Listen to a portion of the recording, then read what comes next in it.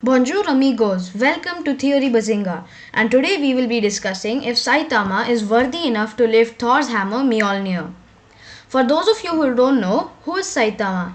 Saitama is the main character of the immensely entertaining series One Punch Man, which is an anime created by One. And how strong is One Punch Man? Like, how really strong is he?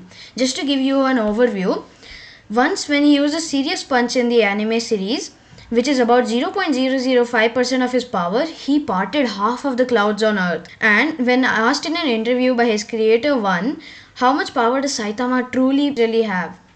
So One said that if he was to unleash his full power, he could destroy half of the universe. Yes, that's how strong he is. So without further ado, let's jump into the video. Okay, so question 1. Is he worthy enough to lift Mjolnir? Yes, he is ready to sacrifice himself to save others. As we saw, he was ready to do that to save the child against Crabalante.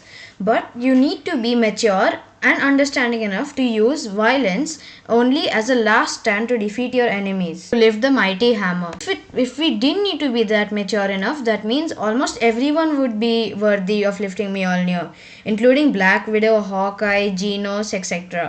You see, almost every hero is willing to sacrifice themselves to save others, but to lift the mighty hammer, you need to have the best interests at heart.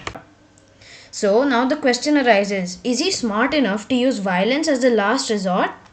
Well, I think no, because he, if you remember, in episode 10, bursted through the ceiling of the hero HQ without listening to the whole thing, which means that he was not ready to come up with a proper strategy or plan and uses brawn to reach his goals. And now you must be like, okay, but that's just one example. Well, his name is One Punch Man, and you don't think that a character like that would do a lot of thinking, and it's ample clear how much power he uses without really putting much thought into it. Okay, TB, so now question 2 arises. We have accepted that Saitama is not worthy of lifting Mjolnir, but can't his immense strength, like seriously very amazing strength, just break the magic on Mjolnir?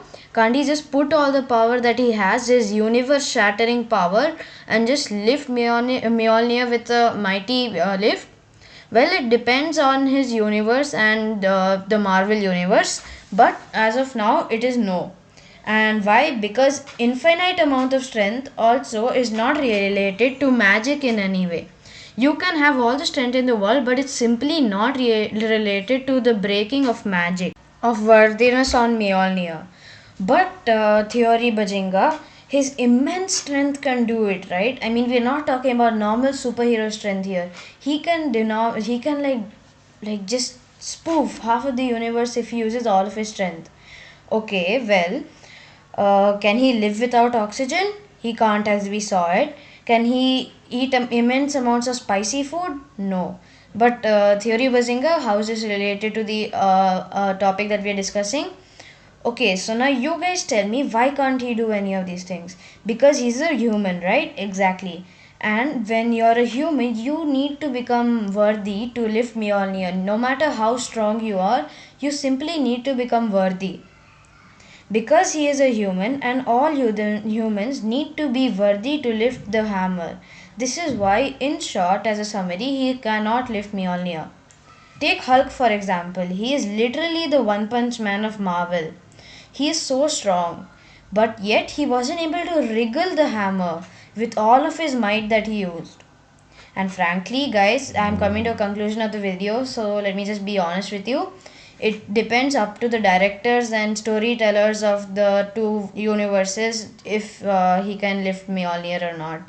It doesn't depend on me and you. Now, I hope I have given you a crisp and brisk view of why Saitama cannot lift Thor's mighty hammer Mjolnir. This is Theory Bazinga signing off.